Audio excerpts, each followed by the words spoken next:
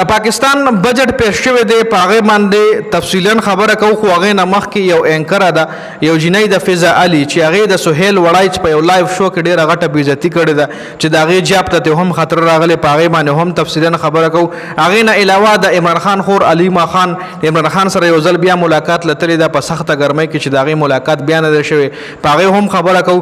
بل الیمین ګنډاپور ته عمران خان د جیل نه یو پیغام ورکړی د بجټ حوالې سره چې بجټ په نه پاس کې په هغې باندې هم تفصیلا خبره کوو. بل پیپل پارټۍ په خپل حکومت کې یعنی د حکومت د پیپل پارټۍ او د مسلم لیگ نون په شریکه دی خو پیپل پارټۍ په حکومت باندې یو غټ الزام لګولی دی. حکومت نه یو ډیمانډ هم کړی چې په هغې باندې هم تفصیلا خبره کوو. نو ډېر ټایم نه خرابو دا ټول اپډیټس در سره په دې ویډیو کې شریکوم. ټول ډومبنې په اینکر فضا علي باندې خبره کوو چې هغې د سهیل وړایچ په لایو شو کې بېعزتي کړې ده. سهیل وړایچ ته اینکر فضا علي په لایو شو کې ویلي دي که چېرې وایي ته په یو سنجیده ملک کې اوسېدې نو تا به باترومونه صفا کول ستا حیثیت داسې دی که چېرې ته په یو سیریس ملک کې اوسېدې نو تا به باترومونه صفا کول. دا ولا په لایو شو کې سهیل وړایچ ته صحافي یو اینکره د فضا علي ولا ویل چې دا فضا علي د پی ټي آی کارکونه یا د پی ټي آی سپورټر نه ده خو صرف یو حقیقت یې ولا ښکاره کړی دی سهیل وړایچ ته. نو بیا همدغې اینکر فضا علي ته د همد خپلې چینل له طرفې کال شوی دی چې ته د سهیل وړایچ نه معافي وغواړه ورنه تا به موږ د چینل نه لرې کړو. جي دا اوس د حکومت کارنامې دي.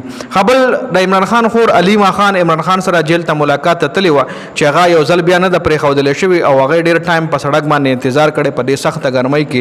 پرون په پاکستان کې تقریبا ټمپریچر چې کوم دی 40 نه بره شوی و.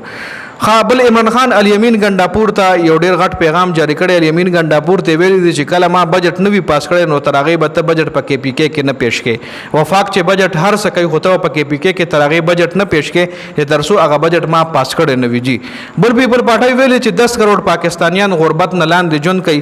پیپل پارټۍ حکومت نه مطالبه کړې ده چې تاسو په تنخواګانو او پنشنونو کې اضافه وکړئ چونکې حکومت هم د دی دی لکه د خپل حکومت نه یو قسم ډیمانډ کړی چې ته تنخواګانو کې او پنشن کې اضافه وکړه. حکومت د چا د خمدی حکومت دی کنه د پیپل پارټۍ مسلم لیگ نون سره میوچول حکومت نه دی په شریک حکومت نه دی بالکل دی. خو بل طرف ته د حکومت لوي چې ته تنخواګانې زیاتې کوو ته پلانې لکه عوامو نه بیوقوف جوړولو دپاره. اوس په بجټ باندې لږ ډېره خبرو کو چې بجټ کې په کوم شي باندې ټیکس ولګېدو. بجټ کې خو په ګاډو باندې هم ټیکس ولګېدو نوي خیر ګاډي خو غریب سړی نه اخلي.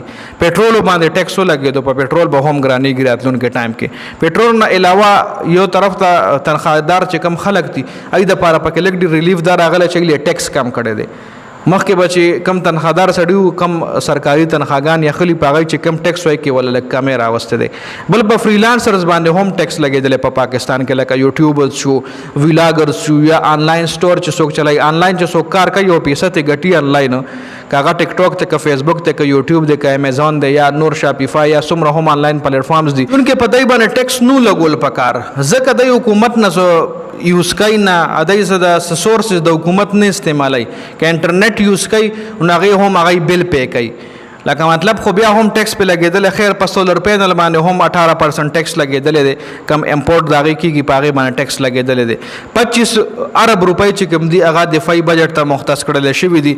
8200 ارب به د قرضې په سود کې ادا کېږي کومه قرضه چې پاکستان ایستلې ده نو په هغې به 8200 ارب چې کوم دی په هغې باندې صرف سود دی هغه به دی سود کې ورکوي.